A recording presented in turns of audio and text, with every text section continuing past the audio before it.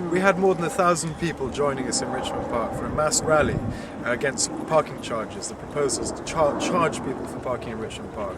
The beauty of the protest is that it was cross-party. We had all the parties represented there. That sent a very strong message to government. Since then, the Conservatives introduced an amendment in the House of Lords which required the government to resubmit the proposals, but without including the car parking charges or all kinds of other proposals as well, which we're happy with.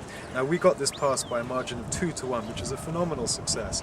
Now, unfortunately, since then, the issue has become more party political. Susan Kramer MP has sent a letter out to her constituents in Richmond Park and North Kingston saying that the Conservatives voted against their amendment, which would have also stopped the car parking charges. But the truth is that their amendment was called a fatal amendment. Fatal amendments have only happened 3 times in history.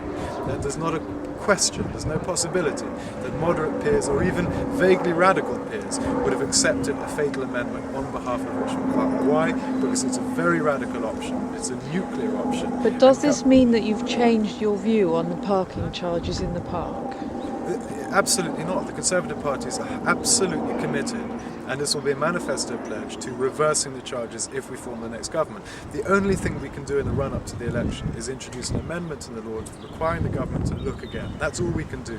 Now, the idea that this fatal amendment would have squashed the charges outright is nonsense, and we all know it's nonsense. And in fact, the Liberal Democrats knew it was nonsense before they introduced it. They knew that they'd introduced a mechanism which could only fail, because no normal peer would ever risk constitutional chaos on behalf of one area of Richmond Park. It just wouldn't happen. It never was going to happen.